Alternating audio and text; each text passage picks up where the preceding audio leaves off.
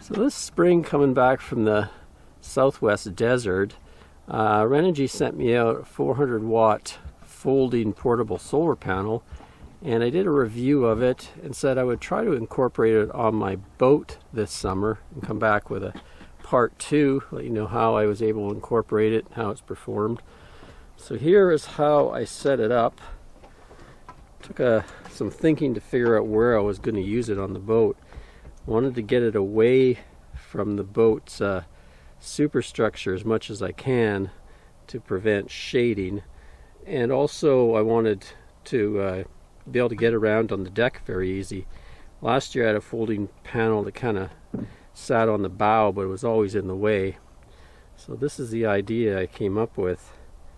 I'll go down there and show you. It utilizes a pair of kayak holders that we don't use, came with the boat. And I'll show you how I was able to utilize those to set up the solar panel array.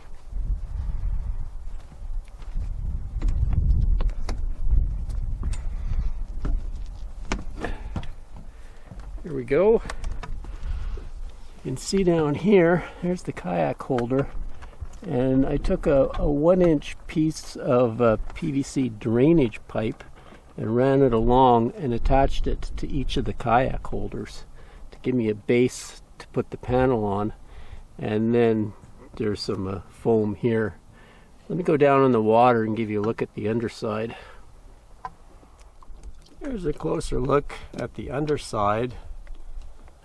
Let's show you what I've done at the end of the kayak holders here. Just have this little clamp here that I can quickly undo. I want that piece of drainage pipe out of there. It's a 1-inch drainage pipe. And I've also got some, I drilled some holes in the solar panels. They're aluminum frame here, and then wrapped a bungee down. Same here, we've got a bungee here, and a bungee here, and a bungee here. Because the first big windstorm we had, actually wind was coming pretty good at this direction, and it lifted them up, and they slid down and fell inside the boat. So to reinforce that, and then you can see underneath there's foam to protect the teak rails of the boat, and we have a rope running through the handles on the other side so it can't flip this way.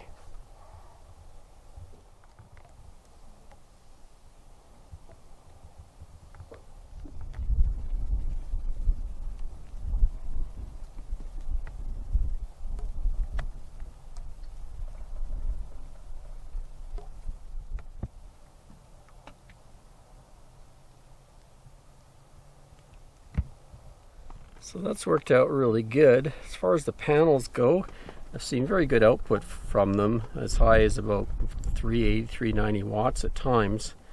So they really feed a lot of energy back into the boat.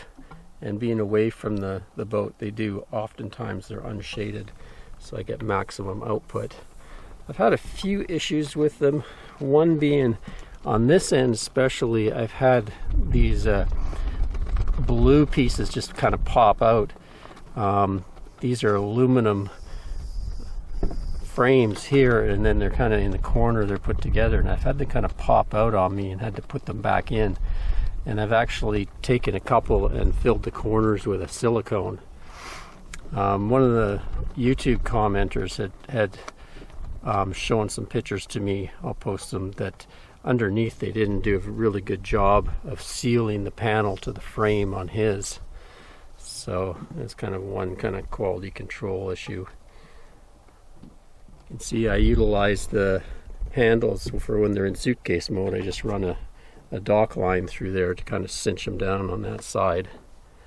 And then the cord comes out here, have it kind of running along there, and then I run it along the back brow here, kind of hidden underneath there, and then it makes its way in and down where the charge controller is, and then feeds my batteries. So there you go, thumbs up so far. even have pretty good harvest in the lower light conditions. Even when it's kind of overcast, I see about 150 watts out of the panels, the 400 watt array. Any issues crop up, I'll let you know. Till next time, Ray from Love You RV and Boat. Cheers, everyone.